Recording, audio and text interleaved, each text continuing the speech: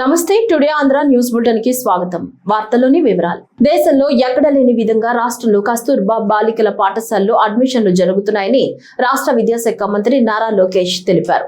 శాసనసభ బడ్జెట్ సమావేశాల్లో కేజీబీవీ పాఠశాల అంశంపై పలువురు సభ్యులు అడిగిన ప్రశ్నలకు మంత్రి సమాధానం ఇచ్చారు. కేజీబీవీ పాఠశాలల ఉత్తీర్ణత శాతం గణనీయంగా పెరిగిందని, ఇతర రాష్ట్రాలతో పోలిస్తే ఆంధ్రప్రదేశ్ లోనే అధిక వేతనాలు చెల్లిస్తున్నట్లు తెలిపారు. వచ్చే ఉగాది నాటికి జాబ్ క్యాలెండర్ విడుదల చేస్తామని తెలిపారు. పోటీతో ఈరోజు అక్కడ అడ్మిషన్స్ జరుగుతున్న విషయం మనందరం చూస్తాం జరుగుతుంది అధ్యక్ష. ఇప్పుడు కేజీబీవీ కార్యక్రమం అనేది, ఈ ప్రోగ్రామ్ అనేది సెంట్రలీ స్పాన్సర్డ్ స్కీమ్. అంటే 60% కేంద్ర ప్రభుత్వం నిధులిస్తే 40% ఆంధ్ర రాష్ట్ర ప్రభుత్వం నిధులిస్తుంది అధ్యక్ష. సో మనం ఒక నిర్ణయం తీసుకోవాలన్నా, జీతాలు పెంచాలన్నా కేంద్ర ప్రభుత్వం ఇచ్చే బడ్జెట్ కూడా పెంచాల్సిన అవసరం ఉంది. ఇంత ముందలే అంటే 3 రోజుల క్రితమే ఇలాంటి ప్రశ్న వచ్చినప్పుడు నేను చాలా స్పష్టంగా చెప్పాను. కేంద్ర ప్రభుత్వంతో మేము సంప్రదింపులు చేస్తున్నాం. మాకు అవుట్లే పెంచమని నేను ఆల్రెడీ వాళ్ళని కోరటం కూడా జరిగింది. దానికి అనుకూలంగా మంత్రి గారు కూడా స్పందించారు అధ్యక్ష. ఇప్పుడు ఎంటీఎస్ అనేది పెద్దలందరూ కోరారు. దానికి కేంద్ర ప్రభుత్వం కూడా ఒప్పుకోవాల్సిన అవసరం ఉంది. సుమారుగా 11,000 మంది ఈ వ్యవస్థలో పనిచేస్తాం జరుగుతుంది అధ్యక్ష. ఇది 11,000 మందికి సంబంధించిన విషయం. ఇది ఒకరికో ఒక 500 మందికి సంబంధించిన విషయం కాదు. సో ఆర్థికంగా మన కేంద్ర ప్రభుత్వంతో సంప్రదింపులు చేసిన తర్వాత, వాళ్ళు ఒప్పుకున్న తర్వాతనే మనం ఇది అమలు చేయగలుగుతున్నాం. ఈ మ్యాటర్ ఆల్రెడీ హైకోర్టులో సబ్జుడిస్ అధ్యక్ష, హైకోర్టులో ఈ పిటిషన్ కూడా ఇప్పుడు వాళ్ళు పిలుస్తాం జరుగుతుంది. అక్కడ పిటిషన్ని రివ్యూ చేస్తాం కూడా జరుగుతుంది అధ్యక్ష. ఈ పిఏబి కేంద్ర ప్రభుత్వం అప్రూవ్ చేసిన తర్వాత తప్పనిసరిగా జీతాలు పెంచే బాధ్యత మేము తీసుకుంటాం అధ్యక్ష. అంతేకాకుండా అధ్యక్ష, గౌరవ సభ్యులు ఒక విషయం తెలియజేయదలుచుకున్నాను. ఎస్, 100% రిజల్ట్స్ బాగా వస్తున్నాయి. వాళ్ళ జీతాలు పెంచాల్సిన బాధ్యత అటు కేంద్ర ప్రభుత్వం పైన, ఇటు రాష్ట్ర ప్రభుత్వం పైన ఉంది. దాంట్లో ఎలాంటి సందేహం లేదు. అది చెప్తూ నేను గౌరవ సభ్యులకు తెలియజేసేది ఏంటంటే, ఇతర రాష్ట్రాలతో పోల్చితే మన రాష్ట్రంలోనే ఎక్కువ జీతాలు చెల్లిస్తాం జరుగుతుంది అధ్యక్ష. ఆల్రెడీ ఇతర రాష్ట్రాల కన్నా మనం ఎక్కువ ఇస్తున్నాం. చేయాల్సిన అవసరం ఉంది. నాకు ఇది అవగాహన ఉంది. గౌరవ సభ్యులు కూడా నన్ను కలుస్తాం జరిగింది. అందుకే నేను ధర్మేంద్ర ప్రధాన్ గారు కలిసినప్పుడు మాకు బడ్జెట్ పెంచమని నేను కోరటం కూడా జరిగింది అధ్యక్ష.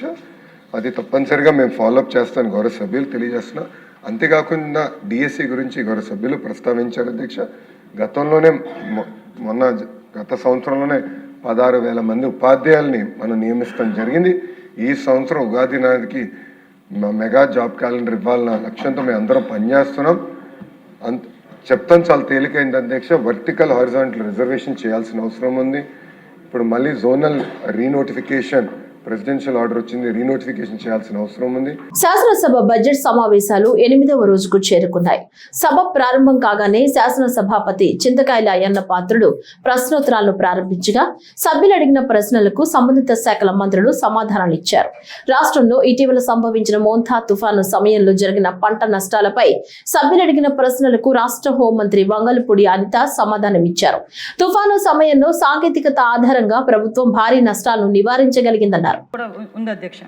కానీ గౌరవ ముఖ్యమంత్రి గారు మన కూటమి ప్రభుత్వం ఏర్పడిన తర్వాత అధ్యక్ష, ప్రత్యేకంగా డిజాస్టర్ మేనేజ్మెంట్ మీద దృష్టి పెట్టడమే కాకుండా టెక్నాలజీని బేస్ చేసుకొని రైతుల్ని, ఒక పక్క పబ్లిక్ని అందరినీ కూడా అలర్ట్ చేయడం ఒక ఎత్తు అయితే, పంట నష్టాన్ని కానీ తగ్గించడానికి, అదేవిధంగా ఆస్తి నష్టాన్ని తగ్గించడానికి, జీరో హ్యూమన్ లాస్ ఉండడానికి కూడా ప్రత్యేకమైన చర్యలు చేపట్టడమే కాకుండా, ఒక తుఫాన్ వస్తుంది అని చెప్పి మనకు 1 వీక్ బ్యాక్ నుంచి కనుక మనకు అలర్ట్నెస్ వస్తే, సుమారుగా మోంతా తుఫాన్ సమయంలో అధ్యక్ష, ఈ సందర్భంగా కూడా చెప్పాలి అధ్యక్ష, ఇందాక గౌరవ సభ్యులు కూడా రాధాకృష్ణ గారు చెప్పినట్టుగా మోంతా తుఫాన్ని ఒక ఎగ్జాంపుల్గా తీసుకున్నాం అధ్యక్ష.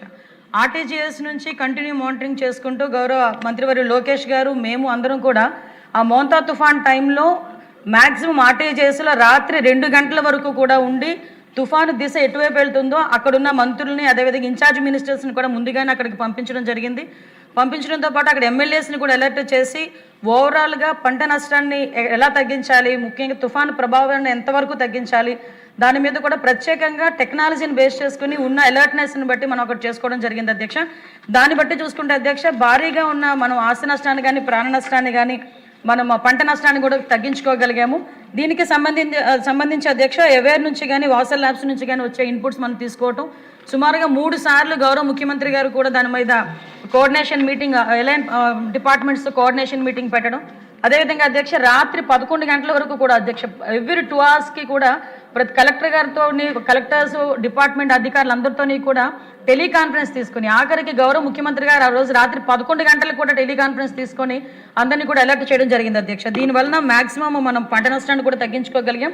దాంతోపాటు అధ్యక్ష ఈరోజు పంట ఏదైతే నష్టపోయారో వాళ్ళందరికీ కూడా మనం జీవో నెంబర్ MS నెంబర్ 1 ద్వారా అధ్యక్ష ఎన్హాన్స్ చేశాం అధ్యక్ష.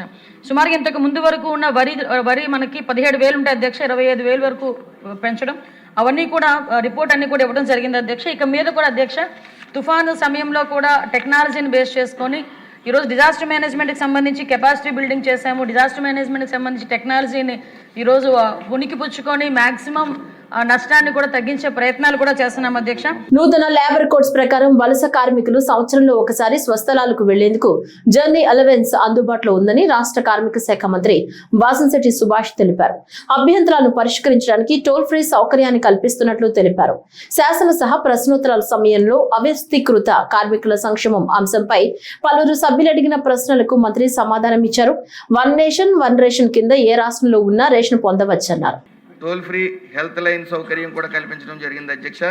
అలాగే ఇక రేషన్ విషయానికి వస్తే అధ్యక్ష 1 నేషన్ 1 రేషన్ కార్డ్ కింద ఏ రాష్ట్రంలో అయినా సరే PDS సౌకర్యం కల్పించడం జరిగింది అధ్యక్ష. అదేవిధంగా అధ్యక్ష 2014-19 మధ్యకాలంలో సుమారు 8 లక్షల మంది భవన మరియు ఇతర నిర్మాణ కార్మికులు నమోదు కావడం జరిగింది అధ్యక్ష. అలాగే 2019-24లో కేవలం 2 లక్షలు మాత్రమే భవన నిర్మాణ కార్మికులు కొత్తగా నమోదయ్యారు అధ్యక్ష. దీనికి కారణం అధ్యక్ష అప్పటి ముఖ్యమంత్రి జగన్ రెడ్డి 1214 జీవో తెచ్చి డూప్లికేషన్ పేరుతో భవన నిర్మాణ కార్మికులకు ఉన్న సంక్షేమ పథకాలన్నీ కూడా రద్దు చేయడం జరిగింది అధ్యక్ష. అలాగే వారి పథకాలు నిలిపివేయడం కాకుండా అధ్యక్ష అప్పట్లో సరైన ఇసుక విధానం కూడా లేకపోవడం వల్ల భవన నిర్మాణ కార్మిక రంగం పూర్తిగా కుదేలైంది అధ్యక్ష. అయితే ఎక్కువ కాలం ప్యాలెస్లో ఉంటూ ఒకవేళ బయటకు వచ్చిన పరదాలు కట్టుకుని బయటకు వచ్చి కార్మికులు కనిపిస్తారేమో అనే భయంతో తిరగవలసి వచ్చింది అధ్యక్ష. అతనికి సుమారు ఈరోజు 18 లక్షలున్న భవన నిర్మాణ కార్మికులు ఈ 1214 మెమో వల్ల రిజిస్ట్రేషన్ చేయించుకోవడం మానేశారు అధ్యక్ష. పథకాలు ఏమీ లేవని ఇప్పుడు నమోదు కార్యక్రమం చేసుకోవాల్సిందిగా కోరడం జరిగింది అధ్యక్ష. ఈ పథకాలన్నీ మళ్ళీ వెలుగులోకి తీసుకురావడం వల్ల సుమారు 30 లక్షల మంది నమోదు చేసుకునే అవకాశం ఉంది అధ్యక్ష. అయితే ఈ కార్మికుల బోర్డులో ఉన్న ధనాన్ని మరి అప్పటి ముఖ్యమంత్రి వేరే పథకాలకు దారి మళ్లించడం జరిగింది అధ్యక్ష. అలాగే ఇప్పుడు 1 కోటి మంది భవన నిర్మాణ కార్మికులు మరియు వారి కుటుంబ సభ్యులు జీవితాల్లో చంద్రోదయాన్ని నింపిన మన ప్రజానాయకుడు నిరంతర శ్రామికుడైనటువంటి నారా చంద్రబాబు నాయుడు గారికి భవన నిర్మాణ కార్మికులు వాళ్ళ కుటుంబాల తరపున ధన్యవాదాలు తెలియజేయటం జరుగుతుంది అధ్యక్ష. అలాగే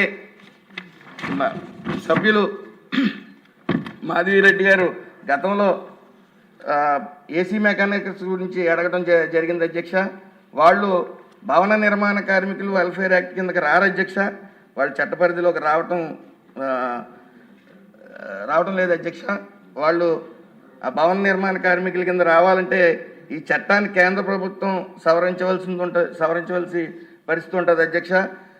దానికి కేంద్ర ప్రభుత్వానికి ప్రతిపాదన పంపించడం జరిగింది అధ్యక్ష మొన్న అడగటం వల్ల. అయితే వీళ్ళని రీసెంట్గా కొత్త లేబర్ కోడ్స్లో అన్ఆర్గనైజ్డ్ వర్కర్స్ వెల్ఫేర్ చట్టం అనేది ప్రతిపాదించడం జరిగింది అధ్యక్ష. ప్రజా సమస్యల పరిష్కార వేదిక కార్యక్రమంలో వచ్చే ప్రతి అర్జీని సకాలంలో పరిష్కరించేలా చర్యలు తీసుకుంటున్నామని జిల్లా కలెక్టర్ ఓ ఆనంద్ తెలిపారు. సోమవారం అనంతపురం కలెక్టర్ కార్యాలయంలో నిర్వహించిన ప్రజా సమస్యల పరిష్కార వేదిక కార్యక్రమంలో ఆయన పాల్గొని ప్రజల నుంచి అర్జీలను స్వీకరించారు.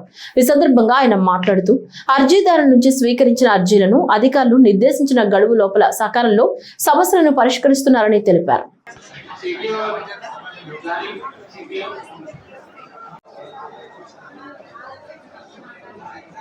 Coordination section.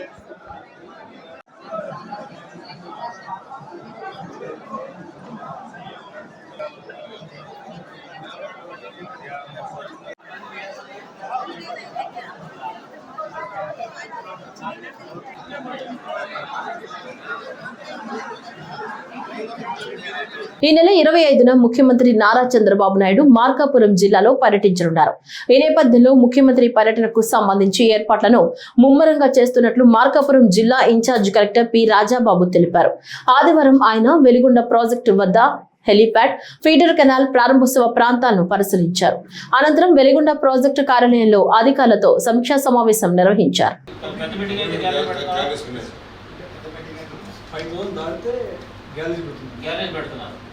సో మనం రెండింటికి కూడా మనం ప్రిపేర్ అవ్వాలి. వాళ్ళు తిని వాళ్ళు చేసుకోవడానికి అవకాశం ఉంటుంది. సో అది మీరు ఆ ఏర్పాటు అయితే మనం అక్కడ చేసుకోవాలి. తర్వాత మొత్తం టోటల్గా అంతా శానిటైజేషన్ చేయాలి.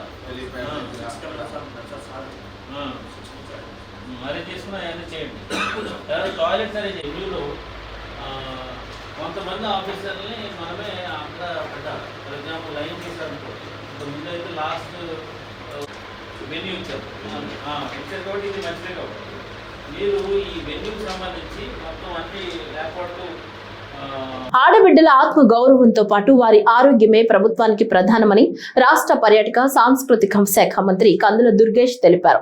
తూర్పుగోదావరి జిల్లా నిడదవోలు సమిశ్రగూడెం జిల్లా పరిషత్ పాఠశాలలో ఆధునిక శానిటేషన్ బ్లాకుల్లో ఏర్పాటు చేసిన బయో టాయిలెట్స్ ను ఆయన ప్రారంభించారు. ఈ సందర్భంగా మంత్రి మాట్లాడుతూ మౌలిక వసతులు లేక ఆడపిల్లలు చదువుకు దూరం కాకూడదనే ఉద్దేశంతో ఈ టాయిలెట్స్ ఏర్పాటు చేశామని చెప్పారు. ప్రభుత్వ పాఠశాలలో బోధన బాగున్నప్పటికీ మౌలిక సదుపాయాలు లేకపోవడం వల్లే ఆడపిల్లలు పాఠశాలకు రావటం మానేస్తున్నారని తెలిసి మౌలిక సదుపాయాల కల్పనకు ప్రాధాన్యం ఇస్తున్నామన్నారు.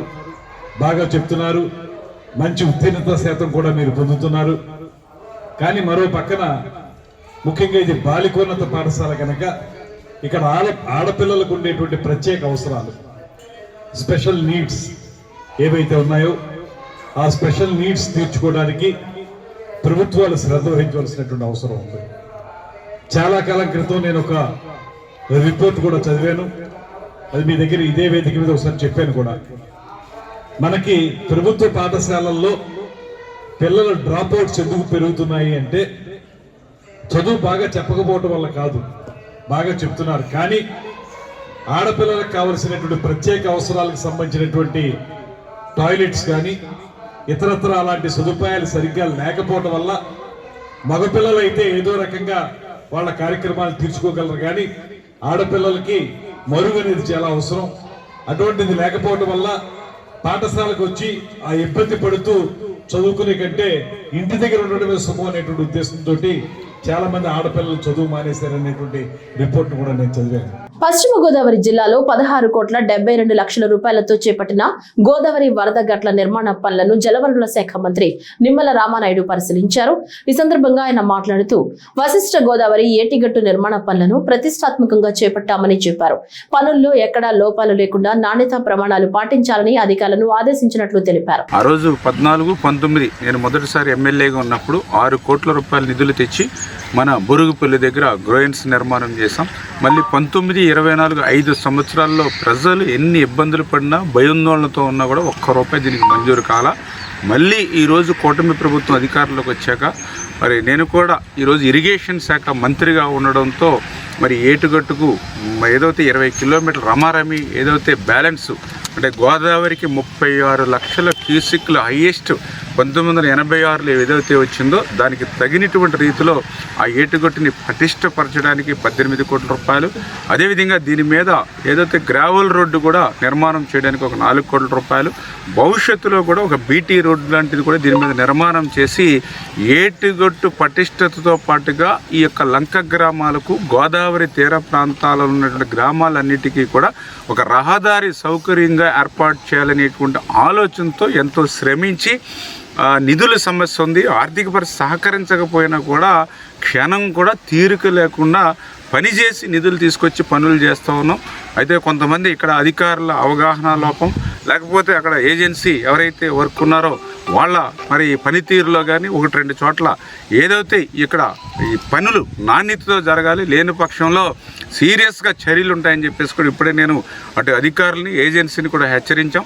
ఎందుకంటే మనం కష్టపడి తెచ్చినటువంటి నిధులు ప్రతి రూపాయి కూడా ప్రజలకు ఉపయోగపడేటువంటి విధంగా నాణ్యతతో ఉండాలి. నాణ్యతలో రాజీ పడితే ఎవరిని కూడా ఉపేక్షించే పని లేదని చెప్పేసి కూడా వాళ్ళు కూడా హెచ్చరికలు చేశాం. ఖచ్చితంగా మీరు ఏదైతే క్వాలిటీ మట్టితోటి మరి ఎంత తెచ్చి పటిష్టంగా ఈరోజు మనం పని చేస్తామంటే ఇంకో 10 సంవత్సరాలు శాశ్వతంగా 10 కాలాల పాటు శాశ్వతంగా ఉండేలాగా ఉండాలి. అదేవిధంగా ఇక్కడ ఎవరైతే కొంతమంది ఇళ్ళు కూడా ఇబ్బంది ఉందని ఏదైతే దృష్టిలో పెట్టారో మరి ఆర్డీఓ గారికి కూడా బాధ్యతలు చెప్పాం. ఎంఆర్ఓ గారు వీళ్ళందరూ కూడా సర్వే చేసి వాళ్ళకి ఎక్కడైతే ఇళ్ల స్థలాలు ఇచ్చాము, ఇళ్ల స్థలాలు ఇచ్చిన దగ్గర ఇళ్ళు ఎక్కడ మంజూరు చేసి పడ్డాయి, మంజూరు అయితే బిల్స్ ఎంత వచ్చాయి, ఇంకా బిల్స్ మొత్తం రానోళ్ళు ఎవరున్నారు, ఇళ్ల స్థలం రానోళ్ళు ఎవరున్నారు ఐడెంటిఫై చేసి ఏ పేదవాడు కూడా ఇబ్బంది లేకుండా వాళ్ళకి సౌకర్యకరంగా ఉండేటువంటి విధంగా మరి ఆ యొక్క ఇంట్రెస్ట్ తీసుకోమని చెప్పేసి ఆర్డీఓ గారిని కూడా స్పెషల్గా ఆ యొక్క హౌస్ హోల్డర్స్ ఎవరైతే ఇబ్బందులు పడుతున్నారో వాళ్ళకు కూడా బాధ్యతలు అప్పచెప్పడం జరిగింది. శాసన మండలిలో ప్రతిపక్ష సభ్యులు వ్యవహరించిన తీరు ప్రజలంతా గమనించారని రాష్ట్ర రోడ్లు భవనాల శాఖ మంత్రి బీసీ జనార్దన్ రెడ్డి తెలిపారు. నంద్యాలలో జిల్లా నంద్యాల పట్టణంలో ఆదివారం ఆయన మీడియాతో మాట్లాడారు. రాష్ట్రంలో పెట్టుబడులు పెట్టడానికి ముందుకు వచ్చే వారిని ప్రోత్సహిస్తున్నామని తెలిపారు. రాష్ట్రంలో అభివృద్ధి సంక్షేమం 2 కళ్లుగా పాలన సాగుతోందని చెప్పారు. ప్రజా సమస్యలతో పాటు ఏ సమస్యపై అయినా చర్చించేందుకు ప్రభుత్వం సిద్ధంగా ఉందని తెలిపారు. మేము పని చేయలేదు, తప్పుడు పని చేయలేదని చెప్పేటువంటి ఈ నీచులకు కళ్ళ ముందర కనపడుతుంటే యావత్ భారతదేశమే కాదు ప్రపంచంలో ఉండేటువంటి హిందువులు, అన్ని కులాల వారు, అన్ని మతాల వారు దీన్ని కూడా తప్పుగా పరిగణిస్తుంటే వాళ్ళు కళ్ళు కట్టినా ఇప్పుడు ఇంకా బుకాయిస్తున్నారు. అంటే వాళ్ళకు మతి శ్రమించిందా, మతి భ్రమించిందా, మీరు ఏ లోకంలో ఉండి మాట్లాడుతున్నారని అడుగుతా ఉన్నాం. మేమందరం కూడా వేదికలు ఏవైనా ఉండొచ్చు, నువ్వు వేదికలో చర్చించాల్సినప్పుడు వేదిక మీ దగ్గర ఉన్నటువంటి మీ ఎక్కడైతే షరతులు ఉన్నాయో దాని మీద మేము ఎప్పుడు కూడా చర్చకు రెడీ అంటున్నాము. రండి, మీరు డెబేట్ పెడదాము, ఛాలెంజ్ చేస్తాము. రమ్మని చెప్పినప్పుడు కూడా లేకుండా తప్పుదోవ పట్టడానికి వచ్చి కేవలం పోస్ట్ పోన్ చేయడానికి మాత్రమే వీళ్ళు వస్తూ ఉన్నారు. ఆ రోజు కల్తీ నవిలో కొవ్వు లేదన్నారు, కొవ్వు ఉంది అని చెప్పి, కొవ్వు కలిసిన మాట వాస్తవం అని చెప్పి వాళ్ళ సభ్యులే చెప్పారు. సుబ్బారెడ్డి గారు చెప్పారు, మోగరు చెప్పారు. వాళ్ళందరూ కూడా కొవ్వు, కల్తీ కొవ్వు ఉంది, దాంట్లో కలిసినాయని చెప్పి, కొవ్వు కాదు రసాయనాలు కలిసినాయని చెప్పి కొన్ని దాంట్లో వచ్చినాయి, రసాయనాలు కూడా కలిసినాయి అంటున్నారు. ఇన్ని జరిగినా, ఇన్ని విషయాలు తెలిసినా మీరు ఎందుకు ఈ విధంగా వింటున్నారో చెప్పాలి. జగన్మోహన్ రెడ్డి గారికి భక్తి అంటే, దేవుడు అంటే భయం లేదు. ఏ రోజు హిందూ సాంప్రదాయాలు పట్టించలేదు. తను కానీ తన భార్య కానీ ఏ రోజైనా తిరుమలకు పవిత్రమైనటువంటి ఒక సాంప్రదాయము హిందువుల మనోతే ఒక దేవుడికి బట్టలు తీసుకొని పరమార్థకు పోతే ఈయన ఒక్కడు ఊరు బట్టలు తీసుకొని వెళ్తాడు. ఎందుకు నీ భార్య రాలేదు? అదేవిధంగా డైరెక్టర్ రాయాలి, నువ్వు ఎంట్రన్స్లో నీది ఏంటి, ఏ కులం రాయాలంటే దాన్ని కూడా ఆయన పట్టించుకోడు. ఎవడేం చేస్తే నాకేమున్నాయి, నన్ను ఎవరు పట్టించుకుంటారు అంటే ఇంత అహంకారం మంచిది కాదని చెప్తా ఉన్నాం. ఎవడమైనా భగవంతుడు అంటే అందరికీ కొంతమంది అన్ని రకాల దేవతలతో అన్ని రకాల మనం కూడా గుడులకు పోతాము, చర్చిలకు పోతాము, దేవాలయాలకు పోతాము, భగవంతుడిని ప్రార్థిస్తాము, అందరూ చేస్తారు. ఏ కులము ఎవరికి ఉన్నాయి. గోపాలపురం నియోజకవర్గంలో ఉన్న గ్రామీణ ప్రాంతాల్లో అభివృద్ధి పనులు వేగంగా జరుగుతున్నాయని శాసనసభ్యుడు మద్దిపాటి వెంకటరాజు తెలిపారు. తూర్పుగోదావరి జిల్లా నల్లజర్ల మండలం పోతవరం గ్రామంలో జల్ జీవన్ మిషన్ పథకంలో భాగంగా 275 కుటుంబాలకు ఉచితంగా మంచినీటి కుళాయిలను ఏర్పాటు చేసే కార్యక్రమంలో ఆదివారం ఆయన పాల్గొన్నారు. అనంతరం ఆయుష్మాన్ వెల్నెస్ కేంద్రం నిర్మాణానికి శంకుస్థాపన చేశారు. ఈ సందర్భంగా వెంకటరాజు మాట్లాడుతూ గ్రామీణ ప్రాంతాలను ప్రణాళికాబద్ధంగా అభివృద్ధి చేస్తున్నామని తెలిపారు. 2014-19 ప్రభుత్వం ఉన్నప్పుడు గౌరవ ముఖ్యమంత్రి గారు మన పోతవరం వచ్చినప్పుడు మన నాయకులు ఎంత ఆరాటపడ్డారో, ఎంత తపన పడ్డారో చాలా దగ్గరగా చూశాను. ఎందుకంటే ప్రభుత్వం ఇచ్చే డబ్బులేమో ఒకలాగున్నాయి, ఇక్కడేమో క్షేత్రస్థాయిలో ఇక్కడ రేటేమో మరోలా ఉంది. కలెక్టర్ గారేమో ఒప్పుకోవట్లేదు. నాయకులేమో ఎట్టి పరిస్థితుల్లోనూ పోతవరం పేద ప్రజలకి ఇళ్ల స్థలాలు ఇవ్వాలి అని ఒక బలమైన సంకల్పం. అయితే ఆ మధ్యలో ఉన్న గ్యాప్ని ఆఖరికి నాయకులు ఏమన్నారంటే, మేమే ఆ డబ్బులు వేసుకుంటాం, మేమే ఆర్థిక భారాన్ని భరిస్తామని చెప్పి వాళ్ళు అదనంగా ప్రభుత్వానికి ఇచ్చే డబ్బులకి అదనంగా వాళ్ళు జేబుల్లో డబ్బులు తీసి రైతులకు ఇచ్చి స్థలాల సేకరణ చేసింది ఆ రోజుల్లో మన తెలుగుదేశం పార్టీ నాయకులు. తదనంతరం దురదృష్టం, మేము కూడా కొంత అతి విశ్వాసంతో ఉన్నాం. మళ్ళీ మేము ఓడిపోతామనే కొంచెం అపనమ్మకం ఉంటున్న ఆ రోజునే ఇళ్ల స్థలాల కేటాయింపు చేసి నిర్మాణం కూడా ప్రారంభించేవాళ్ళు. కానీ ఎంతో ఆలోచనతో దాన్ని ఒక లేఅవుట్ లాగా చేసి ఒక మంచి క్యాంపస్ లాగా తయారు చేద్దాం అనుకున్నాం. ఖచ్చితంగా మనం అక్కడ సీసీ రోడ్లు పోయాలి, డ్రైనేజీలు కట్టాలి, ప్రతి ఇంటికి కుళాయి నీళ్లు ఇవ్వాలని చెప్పి తపన పడ్డాను. ఒక్కసారి వీడియోలో ఆపండి. తిరుపతి జిల్లా వ్యాప్తంగా ఇంటర్మీడియట్ పరీక్షలు ప్రారంభమైంది. ఫిబ్రవరి 23 నుంచి మార్చి 17 వరకు జరిగే పరీక్షల కోసం జిల్లా కలెక్టర్ డాక్టర్ ఎస్ వెంకటేశ్వర్ నేతృత్వంలో అధికారులు పకడ్బందీ ఏర్పాట్లు చేశారు. ఉదయం 9 గంటలకు ప్రారంభమైన ఇంటర్మీడియట్ మొదటి సంవత్సరం పరీక్షలను జిల్లాలోని 84 పరీక్షా కేంద్రాల్లో నిర్వహిస్తున్నారు. పరీక్షా కేంద్రాల వద్ద అన్ని సౌకర్యాలను కల్పించారు విద్యాశాఖ అధికారులు.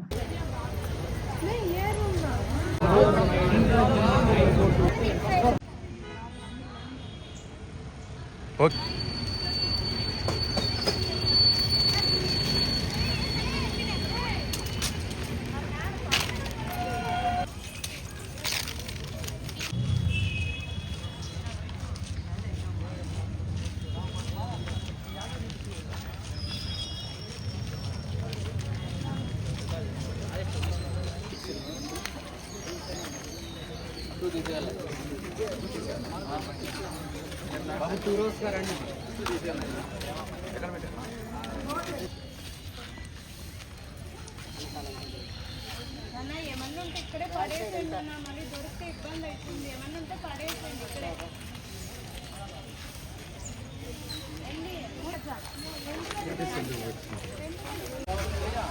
పశ్చిమ గోదావరి జిల్లాలో ఇంటర్మీడియట్ పరీక్షలు కట్టుదిట్టమైన ఏర్పాట్ల మధ్య సోమవారం ప్రారంభమయ్యాయి. జిల్లాలో 53 పరీక్షా కేంద్రాల్లో ప్రథమ, ద్వితీయ ఇంటర్ పరీక్షలకు మొదటి సంవత్సరం 19,662 మంది, ద్వితీయ సంవత్సరం 17,888 మంది, మొత్తం 37,550 మంది విద్యార్థులు పరీక్షలు రాయనున్నారు. పరీక్షా కేంద్రాల్లోకి మొబైల్, స్మార్ట్ వాచ్, క్యాలిక్యులేటర్ నిషేధించి సీసీటీవీతో ప్రత్యేక నిఘా ఏర్పాటు చేశారు.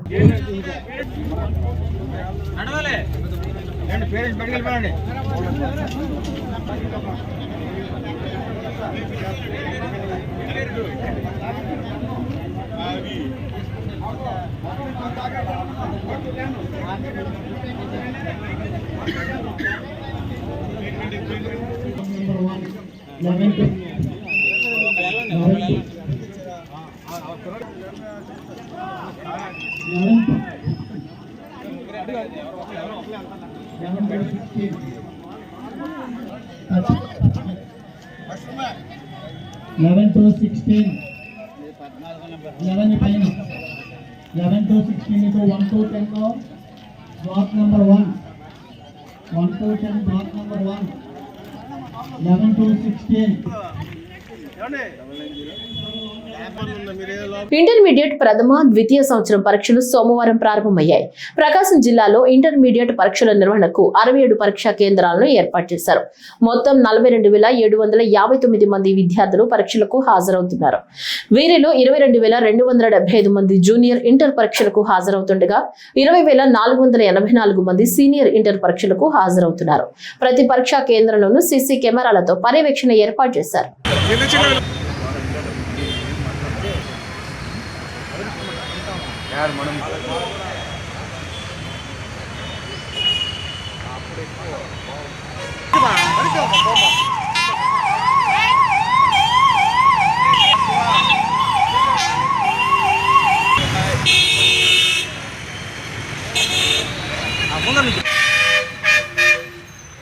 ఆంధ్రప్రదేశ్ రాష్ట్ర ఆర్థోపెడిక్ శస్త్రచికిత్స నిపుణుల సంఘం ఆధ్వర్యంలో కర్నూలు మెడికల్ కాలేజీ వేదికగా ఫిబ్రవరి 20 నుంచి 22 వరకు 55వ వార్షిక సదస్సు నిర్వహించారు. ఈ సదస్సుకు వైద్య రంగంలో ముఖ్యంగా ఆర్థోపెడిక్ విభాగంలో అపారమైన అనుభవం, నిరుపమానమైన సేవలు అందిస్తున్న తిరుమల తిరుపతి దేవస్థానం ఆధ్వర్యంలోని బాలాజీ వికలాంగుల శస్త్రచికిత్స పరిశోధన మరియు పునరావాస కేంద్రం డైరెక్టర్ డాక్టర్ గుడారు జగదీష్ ని ఆహ్వానించారు. ఈ సదస్సులో డాక్టర్ జగదీష్ విశిష్ట సేవలకు గుర్తింపుగా ప్రతిష్టాత్మకమైన late doctor Narasimha Reddy gold medal తో నిర్వాహకులు సత్కరించారు. రాష్ట్ర వ్యాప్తంగా ఉన్న ప్రముఖ ఆర్థోపెడిక్ వైద్యులు, యువ పరిశోధకులు మరియు వైద్య విద్యార్థుల సమక్షంలో జరిగిన ఈ పురస్కార ప్రదానం వర్డ్ సంస్థకు, ఆంధ్రప్రదేశ్ వైద్య రంగానికి, ప్రత్యేకించి తిరుపతికి గొప్ప గర్వకారణంగా నిలిచింది. ఈ సదస్సులో భాగంగా డాక్టర్ జగదీష్ కీళ్ల మార్పిడి శస్త్రచికిత్సలు మరియు తదనంతర పునరావాస ప్రక్రియలపై అందించిన ప్రసంగం సభికులను విశేషంగా ఆకట్టుకుంది. ఆర్థోపెడిక్ శస్త్రచికిత్స రంగంలో జరుగుతున్న తాజా మార్పులు, ప్రపంచ స్థాయిలో అందుబాటులోకి వస్తున్న నూతన ఆవిష్కరణల్ని సామాన్య రోగులకు ఎలా చేరువ చేయవచ్చో ఆయన సోదాహరణంగా వివరించారు. Index surgery at Chennai, and he came for revision. I missed the old X-rays, and in 2023 he met with a road traffic accident, and he had a fracture that one. And finally he caught me once again in 2025. So in 2025, as a hero, just I thought of I can stay through the revision. I opened the hip and I removed the implants. I was not able to put the Palnadu జిల్లాలో Telugu Desam party కార్యాలయంలో ఉమ్మడి కూటమి నేతలతో media సమావేశం నిర్వహించారు.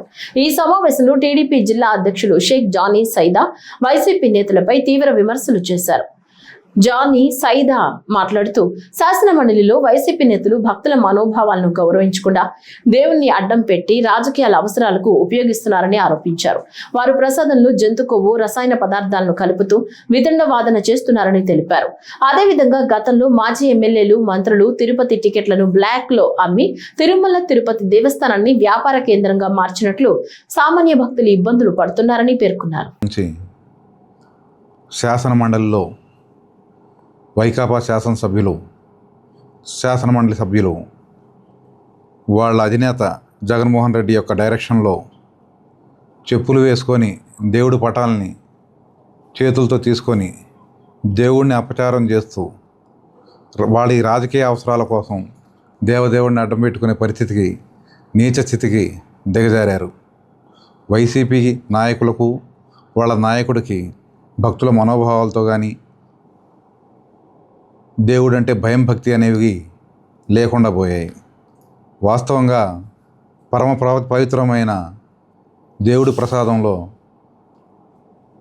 జంతుకోవులను మరియు రసాయన పదార్థాలను కలపడమే కాకుండా వాటికి విరుద్ధంగా ఇవాళ వితండవాదం చేస్తున్నారు. వాళ్ళు కలిపారు, కల్తీ నెయ్యిని మామూలు తీసుకొని లంచాలు తీసుకొని కల్తీ నెయ్యిని సరఫరా చేసి జంతు కొవ్వు కలిసిన నెయ్యిని దేవుడి ప్రసాదంలో వాడి అవి ల్యాబులకు పంపించిన తర్వాత వాటి పరిశీలన పూర్తి అయిన తర్వాత ఇవాళ కాదు కూడదు అని మాట్లాడే పరిస్థితికి దిగజారారు. వాస్తవంగా అధికార సభల్ని గతంలో వాళ్ళు ఉన్నప్పుడు అధికారంలో ఉన్నప్పుడు వాళ్ళ వెకిలి చేష్టలకి లేదా ప్రతిపక్ష సభ్యుల యొక్క బాడీ షేమింగ్ చేయడానికి లేదా వాళ్ళ ఇండ్లలో ఉన్న ఆడవాళ్ళని అవమానకరంగా మాట్లాడడానికి లేదా శాసన మండలి నేతపై పిడిగుద్దులు కొట్టడానికో దౌర్జన్యం చేయడానికో ఒక కేంద్రంగా అడ్డాగా మార్చుకున్నారు. మళ్ళా అదే శాసనసభలో అదే శాసన మండలిలో ఇవాళ దేవుడిని అడ్డం పెట్టుకొని రాజకీయాలు చేయటం మొదలుపెట్టారు. శాసన మండలి అంటే ప్రజా సమస్యల మీద మాట్లాడడానికి, ప్రజా సమస్యల మీద పోరాడటానికి, ప్రజల యొక్క భక్తుల యొక్క మనోభావాల్ని గౌరవించుకుంటూ నడపడానికి ఒక కేంద్రంగా ఉపయోగించుకోవాలి తప్పితే వాటిని అడ్డం పెట్టుకొని వాళ్ళ దుష్ట రాజకీయాలు చేస్తామంటే ఇక్కడ కూటమి ప్రభుత్వం చూస్తూ ఊరుకోదు. నంద్యాల పట్టణంలో PGRS హాల్లో ప్రజా సమస్యల పరిష్కార వేదిక కార్యక్రమం నిర్వహించారు. ఈ సందర్భంగా జిల్లా కలెక్టర్ రాజకుమారి 210 మంది అర్జీదారుల నుంచి స్వీకరించిన అర్జీలను అధికారులు నిర్దేశిత గడువు లోపల సకాలంలో పరిష్కరిస్తున్నారని తెలిపారు.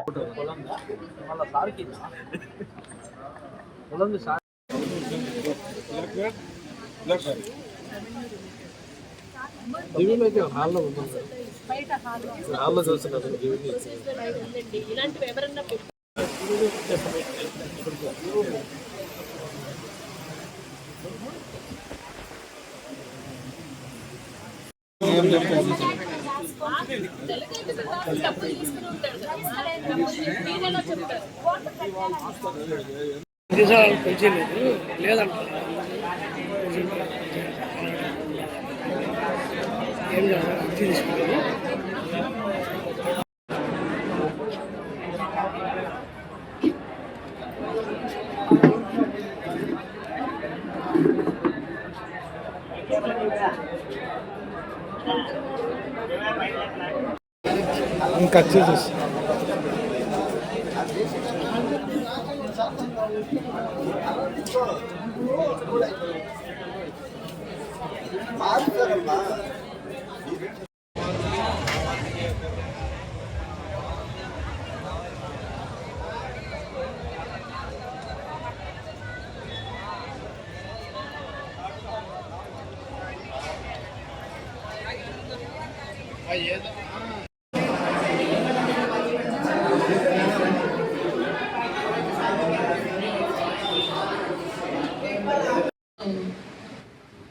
డిస్ట్రిక్ట్ ట్రెజరీ ఆఫీసర్ ప్రతి ఎంప్లాయ్ మినిమం 40 కోర్సెస్ చేయాలి.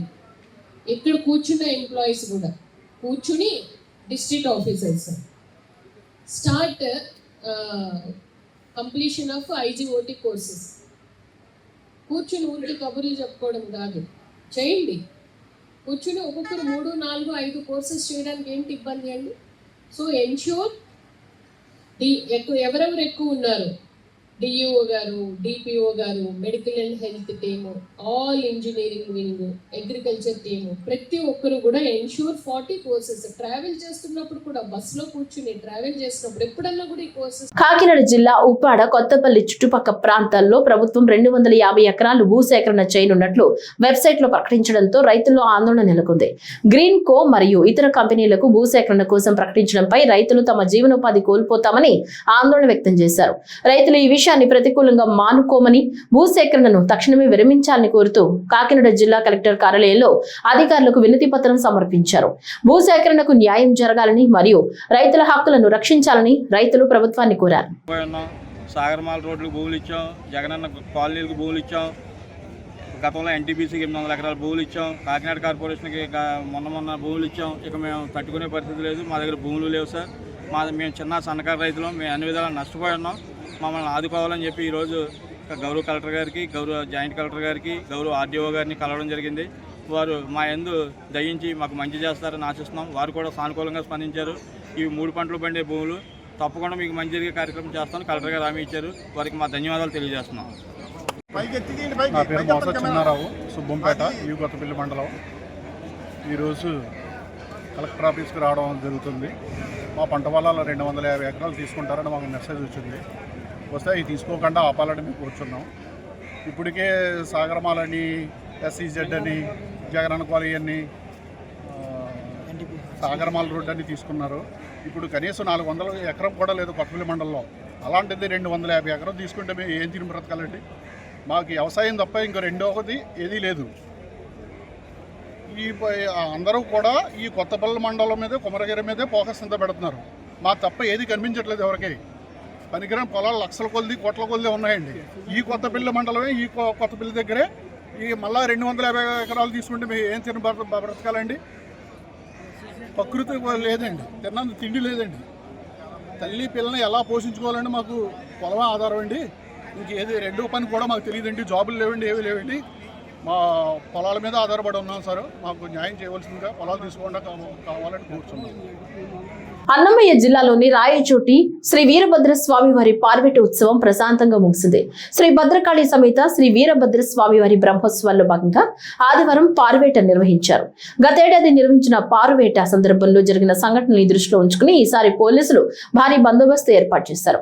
అడిషనల్ ఎస్పీతో పాటు డిఎస్పీ, సిఐలు, ఎస్ఐలు, ఇతర పోలీసుల బలగాలు సుమారు 400 మందికి పైగా సిబ్బంది నిర్వహించారు.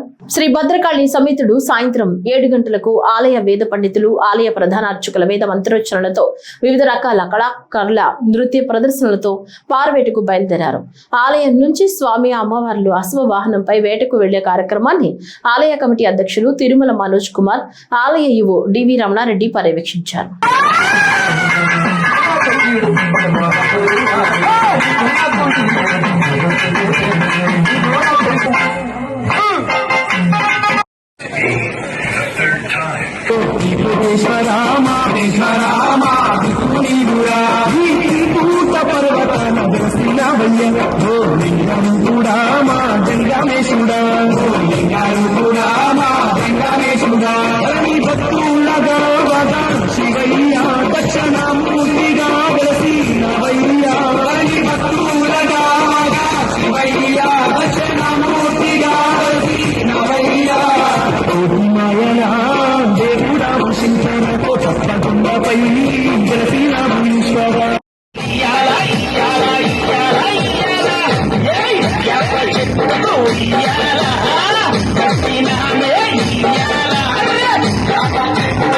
Yeah.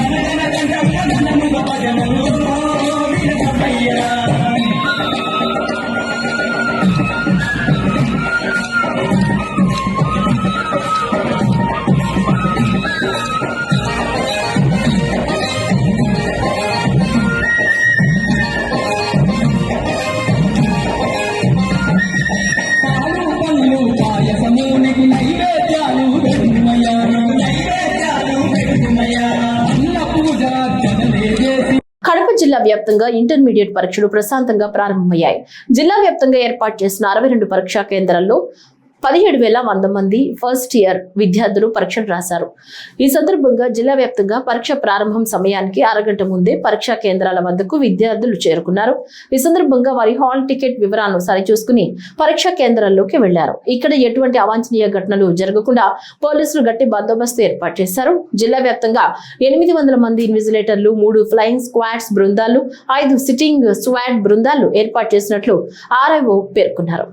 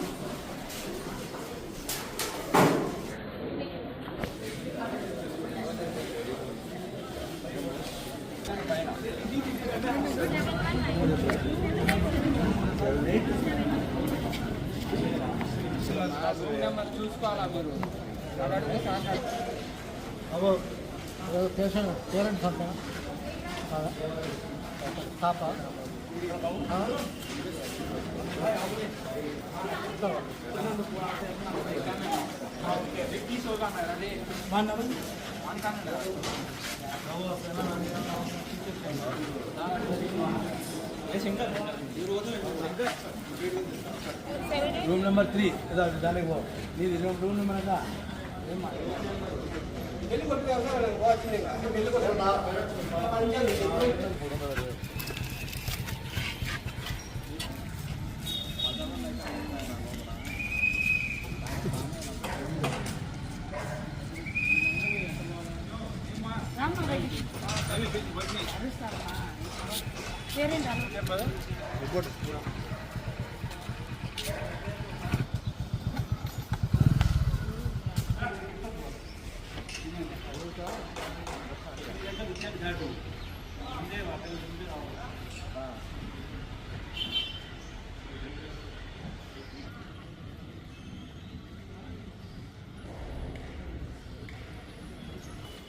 పాపా బుర్గు బెనే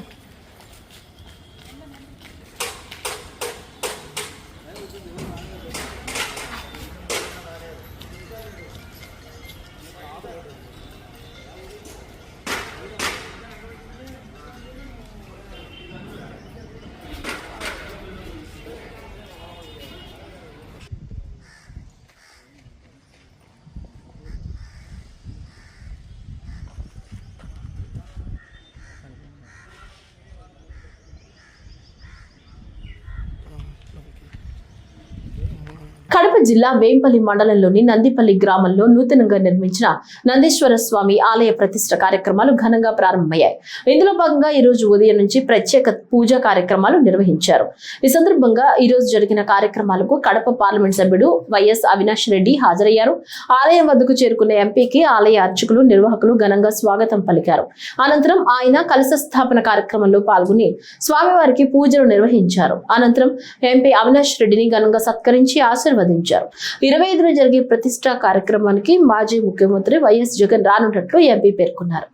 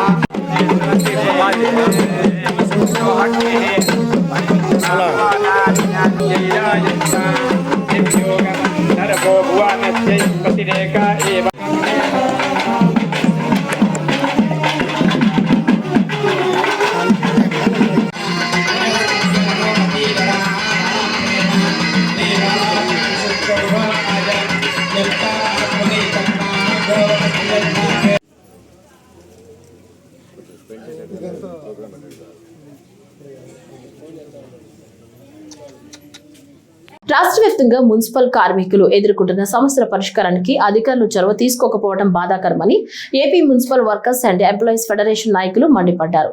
తమ సమస్యల పరిష్కారానికి చర్యలు తీసుకోవాలంటే కడప నగరపాలక సంస్థ కార్యాలయం ఎదుట చేపట్టిన ఆమరణ నిరాహార దీక్షలు 4వ రోజుకు చేరుకున్నాయి. ఈ సందర్భంగా మున్సిపల్ కార్మికులు వినూత్నమైన రీతిలో అర్ధనగ్న ప్రదర్శన నిర్వహిస్తూ నిరసన తెలిపారు. కార్మిక సంఘాలు మద్దతు ప్రకటించాయి. ఈ సందర్భంగా రాష్ట్ర ప్రభుత్వానికి వ్యతిరేకంగా నినాదాలు చేస్తూ ఎన్నో ఏళ్లుగా సమస్యలు ఎదుర్కొంటున్న మున్సిపల్ కార్మికుల సమస్యల పరిష్కారానికి అధికారులు చర్యలు తీసుకోవాలన్నారు. రిలే నిరాహార దీక్షలు చేశాం. అధికారులు మా సమస్యలు పరిష్కరించకుండా ఉండడం ద్వారా విధి లేని పరిస్థితిలో ఆమరణ నిరాహార దీక్షగా వెళ్ళాం. ఈరోజు 4వ రోజు ఆమరణ నిరాహార దీక్షలు జరుగుతూ ఉన్నాయి. అధికారులు సానుకూలంగా స్పందించడం లేదు. అధికారులు సమస్యను పరిష్కరించే దిశగా రావటం లేదు. వచ్చిన అరాకొరగా మాటలు చెప్పి వెళ్తున్నారు తప్ప, నీటి మీద రాతల్లాగా మాట్లాడుతున్నారు తప్ప సమస్యని పూర్తి స్థాయిలో పరిష్కరించాలని చెప్పేసి వాళ్ళు ఆలోచించడం లేదు. అందుకే మేము చెప్పదలుచుకుంటున్నాం, ఈరోజు 4వ రోజులో భాగంగా ఈరోజు అర్ధనగ్న ప్రదర్శన చేయడం జరిగింది. ఇదే కానీ ఇలాగే ఆమరణ నిరాహార దీక్షలు కొనసాగిస్తే మా ఉద్యమం తీవ్ర స్థాయికి తీసుకొని పోతాం. అప్పటికి సమస్య పరిష్కారం కాకపోతే కడప నగరంలో సమ్మె లేకుండా పోవడానికి AP municipal workers and employees federation CITU అనుబంధం వెనకడుగు వేయదని చెప్పేసి హెచ్చరిస్తూ ఉన్నాం. అధికారులు ఇప్పటికన్నా కమిషనర్ గారు పూర్తి స్థాయిలో మేము పెట్టినట్టు 6 డిమాండ్లలో కనీసం 4 డిమాండ్లైనా సరే మీరు పరిష్కరిస్తే మేము ఈ ఆమరణ నిరాహార దీక్షల్ని విరమింపజేస్తాం. లేదు మాకుండేది 3 కాళ్ళే అని చెప్పి మీరు వ్యవహరిస్తే మాత్రం మేము ఉపేక్షించేది లేదు. మేము పెద్ద ఎత్తున ఉద్యమానికి వెళ్తున్నాం, సమ్మెకి ప్రిపేర్ చేస్తున్నాం. ఆ తర్వాత పూర్తి బాధ్యత నీదే. అక్కడ ఉన్నంటి దీక్షల్లో కూర్చున్నట్టు వారికి ఎలాంటి ప్రమాదం జరిగినా, ఎలాంటి ఇబ్బంది వచ్చినా, ఏం మాత్రం సమస్య ఏర్పడినా దానికి పూర్తి బాధ్యత కడప నగరపాలక సంస్థ కమిషనర్ గారే భరాయించాలని చెప్పేసి మేము చెప్పుకుంటున్నాం. AP municipal workers and employees federation నగర working president Kanchipati Sriramulu. Municipal కార్మికులు ఎదుర్కొంటున్న సమస్యలు పరిష్కరించాలని చెప్పి గత 4 రోజులుగా మున్సిపల్ యూనియన్ నగర ప్రెసిడెంటు రవి మరో 11 మంది కార్మికులు నిరవధిక దీక్ష జరుగుతూ ఉంది, చేస్తూ ఉన్నారు. దాదాపు 72 గంటలు దాటింది. 4వ రోజు ఎంటర్ అయింది. ఈరోజు కూడా స్పందన లేదు, పరిష్కారం కాలేదు. పరిష్కారం చేయాలని చెప్పి ఈరోజు మున్సిపల్ యూనియన్గా సిఐటిగా చెప్పదలుచుకున్నాం. అవేం పెద్ద గొంతెమ్మ కోరికలు కాదు. అడిషనల్ వర్కర్లకు 19,065 రూపాయలు వేతనం ఇవ్వాలని. రెండో డిమాండ్, విధుల్లో ఉన్నారు, వాళ్ళు చనిపోయినారు, వారి కుటుంబాల్లో 3 సంవత్సరాలైంది, ఉద్యోగం లేదు, ఉద్యోగం ఇవ్వాలని చెప్పి ఈ సందర్భంగా డిమాండ్ చేస్తూ ఉన్నాం. అంతేకాకుండా కొంతమందిని తీసేశారు కొన్ని అన్ని కారణాల వల్ల.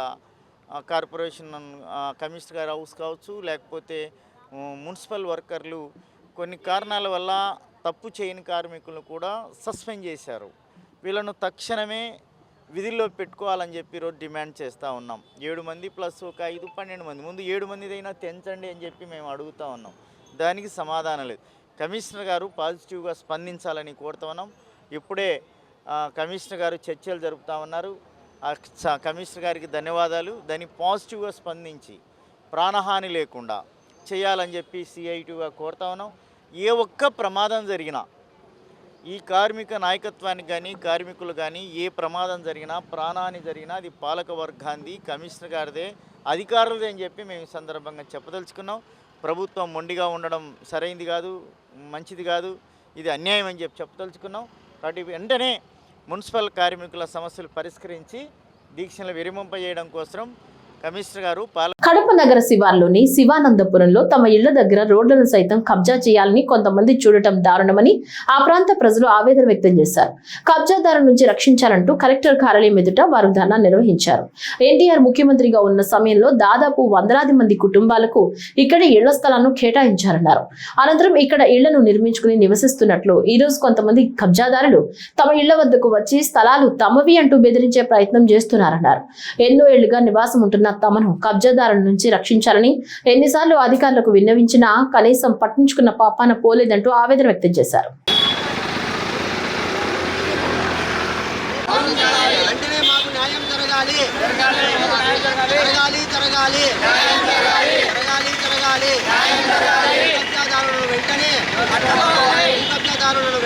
మా రోడ్డును మాకు కబ్జాదారుల నుండి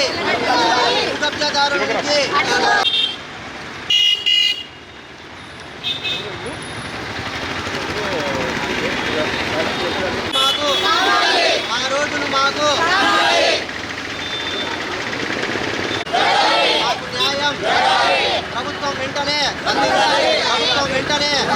కడప నడిబొడ్డున ఉన్న శివానందపురం దగ్గర గౌతమ్ బుద్ధ టౌన్షిప్ ఆపోజిట్ నందు 15వ డివిజన్ నుంచి మాట్లాడుతున్నాము. మాకు గత 40 సంవత్సరములుగా ఈ రోడ్డులో నడుస్తున్నాము. ఈ రోడ్లో అండర్ డ్రైనేజీ, కాలువలు, కరెంటు పోల్లు అన్నీ ఉన్నాయి. ఇప్పుడు కొత్తగా భూ కబ్జాదారులు వచ్చి ఇది మా స్థలము, మీకు రోడ్డు లేదు అంటున్నారు. అటు సైడు మాకు లేఅవుట్లో ఇది 1843లో ఎన్టీఆర్ గవర్నమెంట్లో మాకు లేఅవుట్ ఇచ్చారు. ప్రజలకు ప్రతి ఒక్కరికి 3 సెంట్లు చొప్పున అందరికీ గవర్నమెంట్ మంజూరు చేసింది. ఇక్కడ దాదాపు 300 కుటుంబాలు నివసిస్తున్నాయి. అటు సైడు వాళ్ళు మాది రిజిస్టర్ ల్యాండ్, మీకు ఇటు సైడు రోడ్డు లేదు అంటున్నారు. ఇటు సైడు వాళ్ళు మీకు రోడ్డు లేదు అంటున్నారు. మేము ఎటు కాని పరిస్థితుల్లో ఉన్నాము. మా ప్రజలకు న్యాయం చేయవలసిందిగా అధికారులను కోరుకుంటున్నాము. గతంలో కమిషనర్ గారికి కానీ, ఎంఆర్ఓ గారికి కానీ, కలెక్టర్ గారికి కానీ చాలామందికి ఎన్నోసార్లు గత 10 సంవత్సరాల నుంచి పోరాడుతున్నాము. ప్రభుత్వాలు వస్తున్నాయి పోతున్నాయి తప్ప మాకు న్యాయం చేసే నాదుడే లేడు. దయచేసి మాకు మా రోడ్డును భూ కబ్జాదారుల నుంచి అడ్డుకొని మా రోడ్డును మాకు ఇప్పవలసిందిగా కోరుతున్నాము. వాటర్ పైపు లైను, కరెంటు పోల్లు ఉన్నాయి. మేము ప్రతి ఒక్కరము ఇంటి పన్ను, కరెంటు బిల్లులు అన్నీ కడుతున్నాము. ఎన్నిసార్లు కనీసం 100 సార్లు తిరిగాము. మాకు స్పందించే వాళ్ళు ఎవరూ లేరు. దయచేసి ఇది ముఖ్యమంత్రి గారి దృష్టికి పోవలసిందిగా కోరుతున్నాము. మేము 40 సంవత్సరములుగా అదే రోడ్డులో మేము తిరుగుతున్నామండి. గౌతమ్ బుద్ధ టౌన్షిప్ ఎదురుగా ప్లేఅవుట్లో ఉన్నాము మేము. మాకు రోడ్డు ఇప్పుడు లేదని భూ కబ్జాదారులు వచ్చేసి అరికడుతున్నారు, లేదంటున్నారు. మేము 10 ఏళ్ళ నుంచి రోడ్డు కోసము కమిషనర్ గారికి అయితేనే, కలెక్టర్ గారికి, అందరికీ, ఎంఆర్ఓ గారికి అందరికీ సబ్మిట్ చేసినాము. కానీ మాకు ఎటువంటి న్యాయం జరగడం లేదు. దయచేసి మాకు న్యాయం జరిగేలా స్పందించండి. రాజంపేటలో Andhra Pradesh anganwadi workers and helpers union పిలుపు మేరకు తమ న్యాయమైన కోరికలు తీర్చాలని 3 రోజుల రిలే దీక్షలు చేపట్టారు. రాజంపేటలో Andhra Pradesh anganwadi workers and helpers union పిలుపు మేరకు తమ న్యాయమైన కోరికలు తీర్చాలని సోమవారం 3 రోజుల రిలే దీక్షలు చేపట్టారు. ఈ కార్యక్రమంలో పెద్ద ఎత్తున అంగన్వాడీ సిబ్బంది పాల్గొన్నారు. ఈ సందర్భంగా అంగన్వాడీ సిబ్బంది తమ న్యాయమైన కోరికలు తీర్చాలని డిమాండ్ చేశారు. రేపు ఎల్లుండి కూడా ఈ నిరసన దీక్షలు కొనసాగనున్నాయి. అంగన్వాడీలకు కనీస వేతనం 26,000 ఇవ్వాలని, పెండింగ్ లో ఉన్న 1,810 మినీ వర్కర్లకు క్వాలిఫికేషన్ రిలాక్సేషన్ ఇచ్చి మెయింటెనెన్సర్లుగా మార్చాలని, గ్రాట్యుటీ అమలుకు గైడ్లైన్స్ రూపొందించాలని, వేతనంతో కూడిన మెడికల్ లీవ్ ఇవ్వాలని, అంగన్వాడీలకు సంక్షేమ పథకాలు అమలు చేయాలని, హెల్పర్ల ప్రమోషన్లకు నిర్దిష్టమైన గైడ్లైన్స్ రూపొందించి అమలు చేయాలని, పెండింగ్ లో ఉన్న 164 సూపర్వైజర్ పోస్టులు వెంటనే భర్తీ చేయాలని, మే నెల అంతా వేసవి సెలవులు ఇవ్వాలని, లబ్ధిదారులకు ఆయిల్, కందిపప్పు క్వాంటిటీ పెంచాలని, మెనూ ఛార్జీలు పెంచాలని, ఉచితంగా గ్యాస్ సరఫరా చేయాలని, ఫ్రీ స్కూల్ బలోపేతం చేయాలని, ఫ్రీ స్కూల్ పిల్లలకు తల్లికి వందనం పథకాన్ని అమలు చేయాలని, 5 సంవత్సరాలలోపు పిల్లలందరూ అంగన్వాడీ సెంటర్లో ఉండాలని జీవో ఇవ్వాలని, ఫ్రీ స్కూల్ పిల్లలకు సాయంత్రం స్నాక్స్ ఇవ్వాలని వారు డిమాండ్ చేశారు.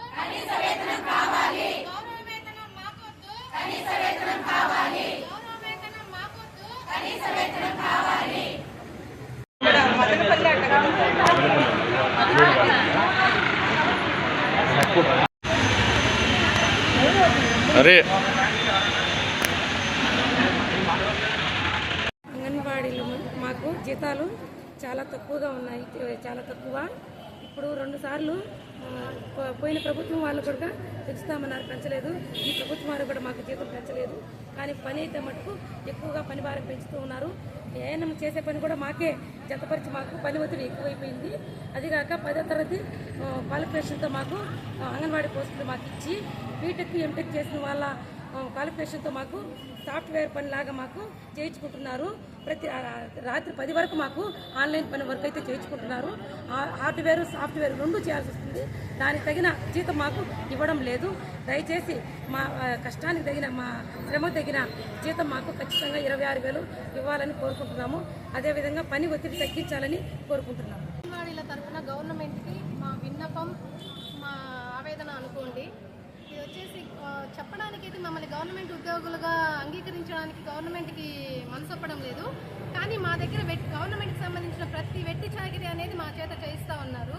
జీతాలు పెరుగుతున్న ధరలకు అనుగుణంగా జీతాలు పెంచడం చేత కాలేదు, కానీ మెనూ ఛార్జీలు పెంచడం లేదు, జీతాలు పెంచడం లేదు. ఇప్పుడున్న పరిస్థితుల్లో 11,500 జీతంతో ఒక అంగన్వాడీ టీచర్ ఒక కుటుంబాన్ని ఎలా పోషించుకోగలరు అనేది మా ఆవేదన మీకు వ్యక్తం చేస్తున్నాము. దీని గురించి మాకు జీతాలు పెంచాలని, మా పని భారాన్ని తగ్గించాలని మేము గవర్నమెంట్ని విన్నవించుకుంటా ఉన్నాం సార్. రాష్ట్రంలోని ఎన్నో ఏళ్లుగా ఎస్సీ, ఎస్టీ, దళిత వర్గాలకు చెందిన ప్రజల సమస్యల పరిష్కారానికి చర్యలు తీసుకోవాలంటూ ఎస్సీ సంక్షేమ సంఘం నాయకులు డిమాండ్ చేశారు.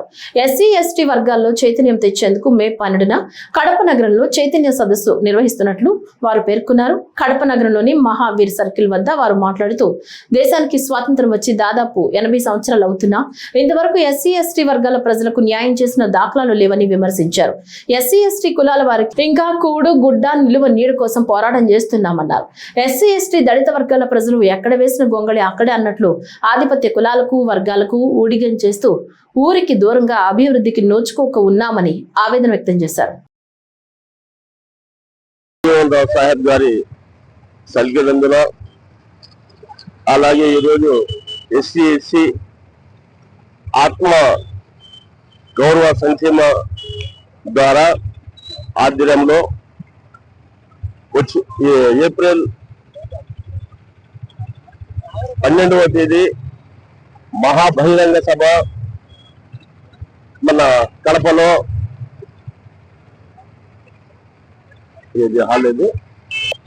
జరగనున్నది. మహాశివులారా, ఎస్టీ, ఎస్సీలకు చాలా చూస్తున్నా ఉన్నాము. ఎక్కడ దాడులు చేయడం కానీ, వాళ్ళ ఆస్తులు గుంజుకోవడం కానీ, ఎలాంటి ముందస్తుగా ఏదైనా చర్య తీసుకుంటారంటే తెలిపినా కూడా చర్య తీసుకోవడం లేదు. ఎస్సీ, ఎస్టీల మీద చాలా దాడులు జరుగుతున్నాయి. అలాగే ఈ కుటుంబ ప్రభుత్వం వచ్చేసి దాదాపు 2 సంవత్సరాలు కావాల్సినా కూడా ఎటువంటి అభివృద్ధి కానీ ఎస్సీ, ఎస్సీలు చేయకుండా ఇంకా ఉండే వాళ్ళ ప్రాపర్టీలను కూడా ధ్వంసం చేసి కబ్జా చేసే స్థితి చూస్తున్నాము. అందుకోసమే రాష్ట్ర వ్యాప్తంగా ప్రజలకు ఎస్సీ, ఎస్సీలకు కోరుకునేది ఏమంటే, ఈ 12వ తేదీ ఏప్రిల్లో హరిత హోటల్లో కడపలో మహాసభ జరుగుతున్నది. ప్రజలందరూ వచ్చేసి, మీరంతా వచ్చేసి ఈ సభను జయప్రదం చేస్తారని చెప్పేసి మా తరపున ముస్లిం జగజారావు గారి సర్కిల్ ఎదుట ఎస్సీ సంక్షేమ సంఘం చైతన్య సభను జయప్రదం చేయాలని చెప్పేసి ఈ కార్యక్రమం నిర్వహించడం జరిగింది. మరి స్వాతంత్రం వచ్చి 79 సంవత్సరాలు జరుగుతూ ఉన్నప్పటికి కూడా ఏ రాజకీయ పార్టీ అధికారంలోకి వస్తే ఆ పార్టీలు అనేక రకమైనటువంటి ఎస్సీ, ఎస్టీ, బీసీలకు, ముస్లిం మైనార్టీలకు ధనిక్ భారత్ విద్యా సంస్థల్లో 9వ, 10వ తరగతి విద్యార్థులు చేరి తమ భవిష్యత్తును బంగారమయం చేసుకోవాలని Dhanik IAS coaching academy director Balalatha ఆదివారం పిలుపునిచ్చారు. ఈ కార్యక్రమంలో భాగంగా ఆదివారం కడపలోని బాల వికాస్ స్కూల్లో విద్యార్థులతో మాట్లాడి మీడియాకు వివరించారు. ఈ సందర్భంగా ఆమె మాట్లాడుతూ, అభివృద్ధి చెందిన భారతదేశంలో నారాయణ విక్రమ్ ఆధ్వర్యంలో ధనిక్ భారత్ విద్యా సంస్థలను హైదరాబాద్, గుంటూరు, విజయవాడ, విశాఖపట్నంలో నెలకొల్పారు. విద్యార్థులు విద్యా వ్యవస్థలో వచ్చే సమూల కాలాల మార్పులను ఎదుర్కోవడానికి, ముఖ్యంగా ఆర్టిఫిషియల్ ఇంటెలిజెన్స్ లాంటి పరిస్థితులను ఎదుర్కోవడానికి, విద్యార్థులను మానసికంగా శారీరకంగా దృఢపరచడానికి వారి కోసం సపరేట్ ఉపాధ్యాయులను నియమిస్తామన్నారు. విద్య అనేది శ్రమ కాదు, అది ఒక ఆట అనే విధంగా పిల్లల్ని తీర్చిదిద్దామన్నారు. తల్లిదండ్రులు వారి పిల్లల్ని ఇంటర్లో చేర్పించి వారి భవిష్యత్తుకు బంగారు బాటలు వేసుకోవాలని ఆమె పిలుపునిచ్చారు. ఒక్కసారి ఆ కాలేజీలో చేరితే వారి జీవితంలో స్థిరపడే వరకు ఐఏఎస్, ఐపీఎస్, డాక్టర్స్ గాని, ఇంజనీర్స్ గాని ఏదైనా సరే సాధించే వరకు తమ సంస్థ ఒక తల్లిదండ్రుల వలె చేపట్టి నడిపిస్తుందని ఆమె తెలిపారు. ధనిక్ భారత్ ఇంటర్మీడియట్ కాలేజ్ తరఫున నేను రాష్ట్రాలు అంటే తెలుగు రాష్ట్రాలు రెండు కూడా, తెలంగాణ కావచ్చు, ఆంధ్రప్రదేశ్ కావచ్చు, రెండు రాష్ట్రాల వ్యాప్తంగా ఎవరైతే పిల్లలు చదువుకుంటూ ఉంటారు 9th, 10th వీళ్ళందరికీ కూడా అవగాహన సదస్సులు కండక్ట్ చేస్తున్నాము. దానిలో భాగంగా 10th క్లాస్ పరీక్షలు ఎలా రాయాలి, మెళుకువలు కావచ్చు, దాంతోపాటు కెరీర్ పాత్ ఎలా చూస్ చేసుకోవాలి, వీటన్నిటి మీద పిల్లలందరికీ కూడా అవగాహన సదస్సులండి.